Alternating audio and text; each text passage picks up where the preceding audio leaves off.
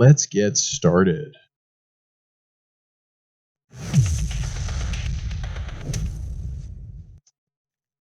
Welcome everybody to Pi Day. Okay. No, it's not March 14th. But in honor of the new announcement that the Raspberry Pi organization has done, announcing the Raspberry Pi 4 has launched, we're doing all things Pi today. So join us while we celebrate Raspberry Pi by spending the show discussing Raspberry Pis and how Power over Ethernet come together. Let's get started.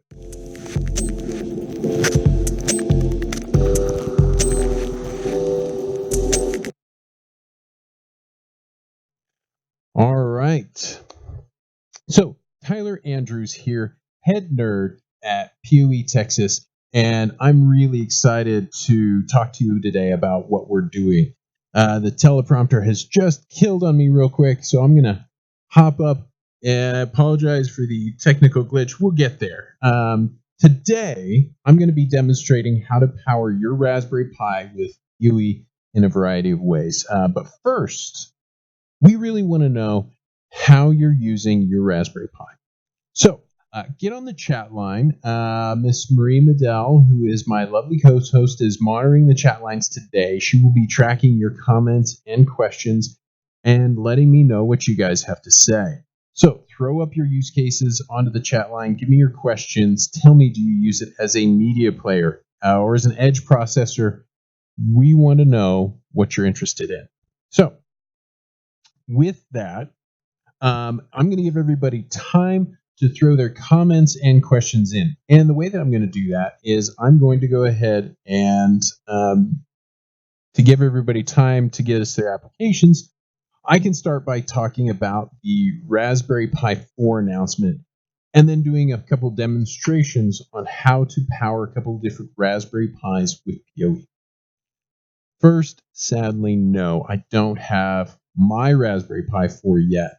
But I can talk about some of the cool new features that have come out with the Raspberry Pi 4. And if you're interested, there have been some great videos on YouTube and Facebook discussing the Raspberry Pi 4 and benchmarking its speeds and capacities. And we'll add links in the comments below to some of my favorites. Here are the details that we've seen already and what they mean about the Raspberry Pi 4. First, and what I'm most excited about, is they've taken the first steps into the USB-C world. And you can see that down here, close to me on the bottom of the where they've got the USB-C port. They have a 5-volt, 3-amp power source on USB-C. And we'll talk about what that means for Power over Ethernet a little bit later. For me, the message is that they're starting to converge on USB-C, and I'm really looking forward to seeing more things like a real USB-C port in the future. With USB-C, you can do 4K video, you can do really fast data speeds. I'm very excited about that. Second, the specs show that it is PoE enabled, which really means it still requires a PoE hat. And we'll talk about what that means using the Raspberry Pi 3B Plus, which I have here, has the same features. And you can see that on the on the spec sheets I'm showing. I'm showing a page from the Raspberry Pi announcement that shows the specs on the board. Next, the Pi officially has gigabit data. Apparently, the Raspberry Pi 3B Plus was connected to the USB bus. So even though it was ostensibly capable of gigabit data rates, it could only really do 400 to 500 megabits per second. But now it can officially do a full gigabit. And I'm really curious what would be pushing that much data through a Raspberry Pi. So experts out there, give me some comments. Tell me what do you use with a Raspberry Pi that you're pushing gigabit data rate through it? The next feature we can talk about is one that most people consider to be the biggest change, is that now you can select your RAM on board. And you can see that right there.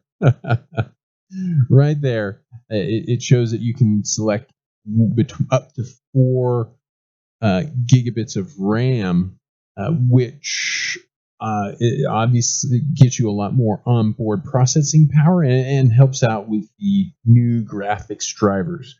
And we'll pull all that together in just a minute, which brings us to the two. I'm going to get it right one of these days. The 2 micro HDMI ports and updated graphics card on board that do 4K data video streaming to 2 monitors, and that's a huge deal.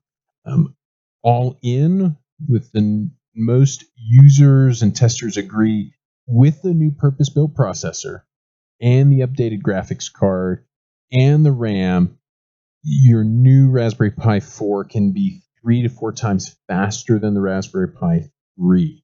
And they really are starting to position it to be a compact desktop alternative. And I think that's very cool. But what do you think? Give me some chats, give me some comments.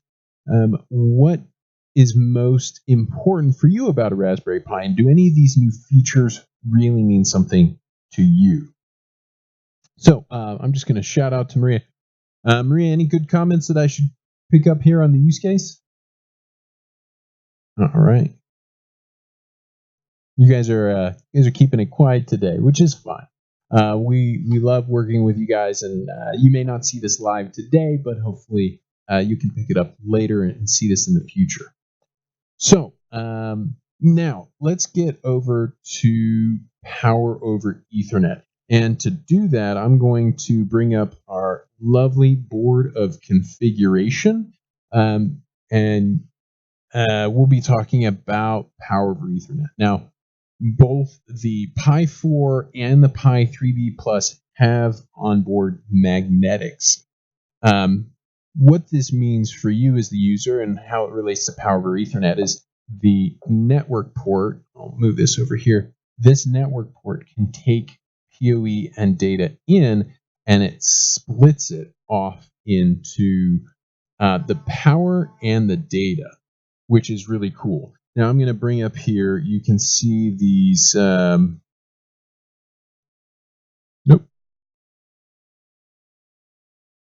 You can see here, if you look, if you can see where my finger is, right behind the 2 USB ports here, there are 4 pins. The 4 pins have the taps on the magnetics. And what that means is, so this board has PoE, right? Well, the simple answer is kinda. The Pi allows you to connect PoE to this main network port. You don't need a separate network port that you plug into with a jumper wire. But you still need to take care of 2 important things on a Pi hat. Number 1, negotiate a PoE standard unless you're using passive PoE. Number 2, convert the 42 to 56 volt PoE signal down to a regulated 5 volts. And that's what a Pi hat. Sorry, I'm getting my screens lined up. That's what a Pi hat does for you, and you can see what I'm showing you here. A little hard to see because it's small. Is our Raspberry Pi hat, and it's this little black device. So I'm going to unplug it and pull it off here, and hopefully Maria will bring up on the screen the listing for the Pi hat. This is the Raspberry Pi hat, our Pi hat, and we're going to talk about what to look for and some key considerations as you're looking for a Pi hat, whether you're using our Pi hat or someone else. Number 1, all Pi hats on the market that we've seen today only have the 12.9 watt budget into the hat. Means That means it can take 12.9 watts in and output whatever you lose in efficiency. And the Pi, with using USB ports and connected devices, you will approach this board by itself connected, demanding that budget. So efficiency is important. Devices that require, like Pi hats that require fans or use low quality components, will eat up your power budget on the Pi hat, and you won't get as much for your project. Second, you want to go isolated. What isolated means is that a non-isolated DC to DC converter will connect the ground from your switch to the ground on your Raspberry Pi board, which doesn't sound like too big a deal until you realize that when you connect to the HDMI or the mini HDMI ports, and I just knocked the edge off of that, it will have its own ground. And when you have the ground through the HDMI port and the ground through your PoE, you can overload elements on your Raspberry Pi board. What isolation means is that there's an isolation transformer. Like this, you'll see it on our board. It's this little yellow device. It keeps the ground separate between your Pi and the PoE network, which prevents your Raspberry Pi from burning out. And the way it communicates is it does it through an optocoupler. So there is physically no way where the power from your switch will affect the power on your Raspberry Pi. Last of all, check that your Pi hat, whatever Pi hat you're considering, fits in the case or enclosure that you're using. Really tight enclosures may not fit some or all of the Pi hats on the market today, especially if you have fans or other big accessories on it. So you can check out our Pi hat here. This is the PoE Texas Pi hat here on Amazon. And I'll show you really quickly how you set up and configure it. What you want to do is you need to line up the pins. Remember, I talked about the 4 pins on this Raspberry Pi, and my speaker just dropped out of my pocket. So, great technical difficulties today. The 4 pins on your Raspberry Pi are right there. You line up these 4 pins on the Pi hat, which would be closest to the isolation transformer. You line those up there, and then it'll line up to 4 pins on your GPIO header here at the top, and you just simply slide down. And then once you've done that, you simply plug in to your power over Ethernet source. You can see with my little LED light here, I'm starting to boot up, and our PoE tester shows you're drawing power. So that's setting up a Raspberry Pi hat. Fairly easy to do. The next configuration that I wanted to cover definitely applies to pre-3B Plus projects, and that is using a splitter. And so I would be curious. I have a couple use cases that I think are besides when you're using a Raspberry Pi 3 or a Raspberry Pi 2, where you might choose a splitter over a Pi hat. I want to know what you guys think. Give me comments. Let me know if you think that these are 2 use cases that are real. First of all, obviously, if you have a previous version, you're going to need to do some type of splitter that connects the power and goes to a micro USB. And one of the things that I like about our product is you can see we have a right angle head that carries the power away from the board.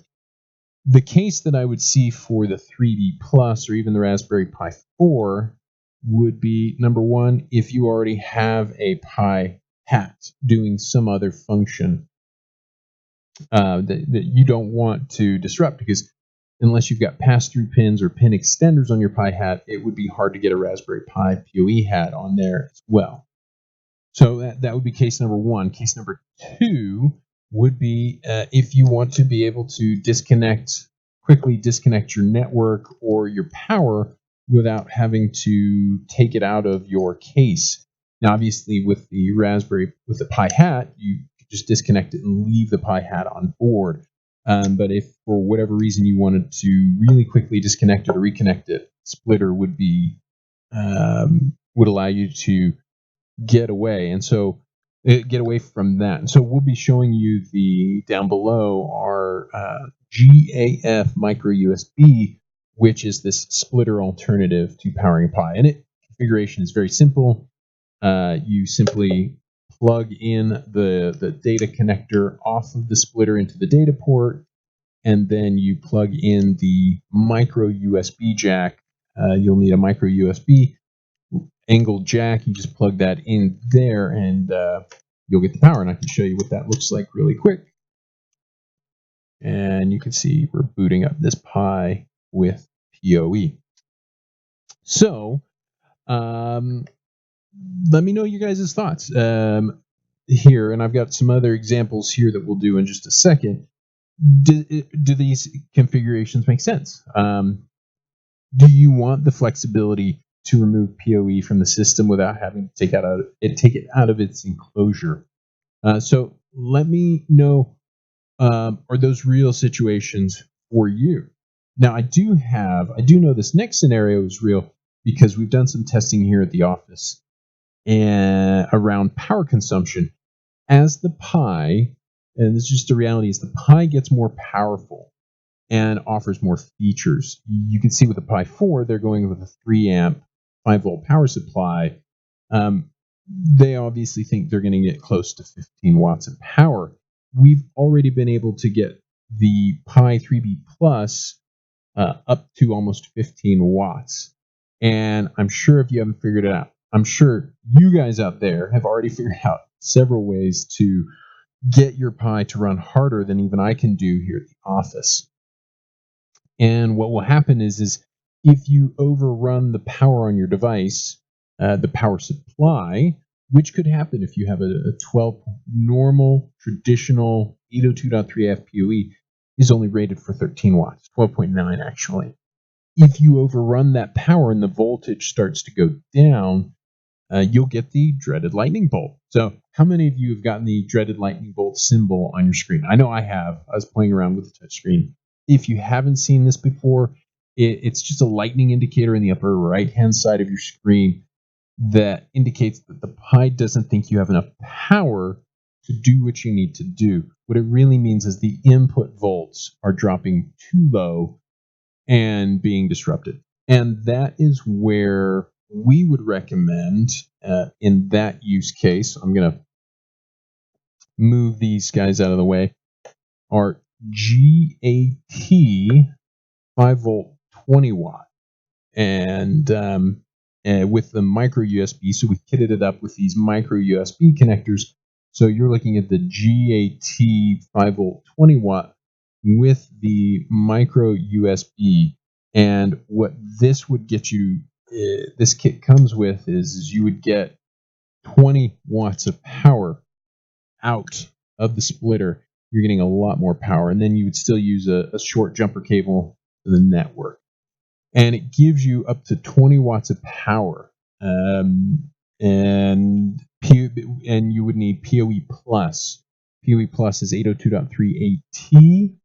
And it gives you, it has the capacity of giving you 25 watts for the 5 volt capacity. We've limited our capacity on our specifications to 20 watts, which would be 4 amps, and that's enough to power this. And we've done some testing where I've loaded up all the USB ports, did a stress test on the Pi 3B Plus, and really put some power through it. Held up well. We were up at that 15 watt range. Unfortunately, we haven't seen any PoE Plus Pi hats on the market yet. But what do you all think? Is there an application you found that needs PoE Plus? And should we make a PoE Plus Pi hat? The technology is there, obviously. We have the technology. We have the means. Do you need it to make? Do you need to us to make it happen for you? Let us know in the comments. We want to know. And then there is one final case. I don't have a 4 here with me, but the new Pi 4B coming out with the upgraded graphics card and increased processor power and increased memory. I'm really curious to see whether you're going to see applications where 12, 13 watts just won't cut it. And that is what brings us to our Raspberry Pi 4 or Raspberry Pi 4 going with our GAT USB-C legacy. And what that does is it combines our GAT 5 volt 20 watt with a DC to USB-C connector, and that will get you the USB-C power up to the 15 watts rated for the board. So if you have applications where you want to do 5 volt 15 watt USB-C or 3 amp, you can use the GAT USB-C legacy. Should be shown down below to draw that higher power. And you can definitely find it on our store. All the products and configurations that we've shown you today are on our store right now. So, what projects would you like us to show using the Raspberry Pi 4? So, Maria, how are we doing on the chat line?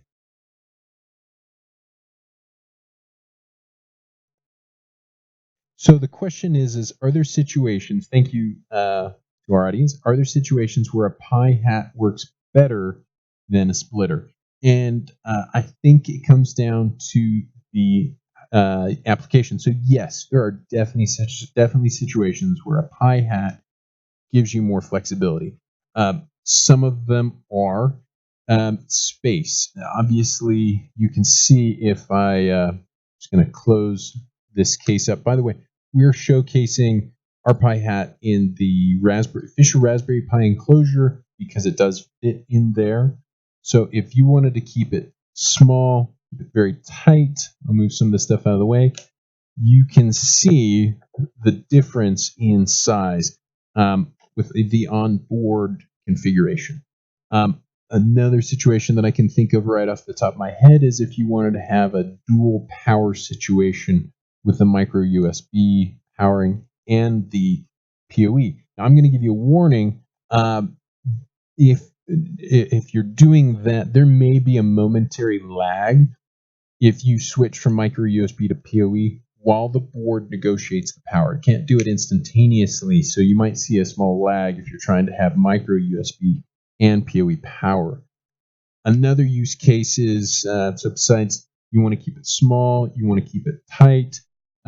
If you're putting it in an enclosure, an outside enclosure, and you're doing something that's more sealed enclosure, obviously this would require a larger enclosure and you have more connections. So I see those as good reasons why you would consider a splitter or a Pi hat over a splitter.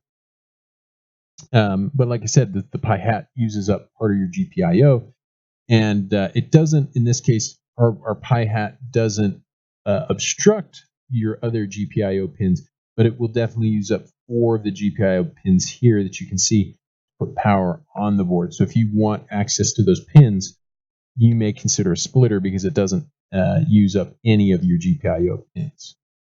Cool. So I'm going to see if Marie's got any other comments or questions for me.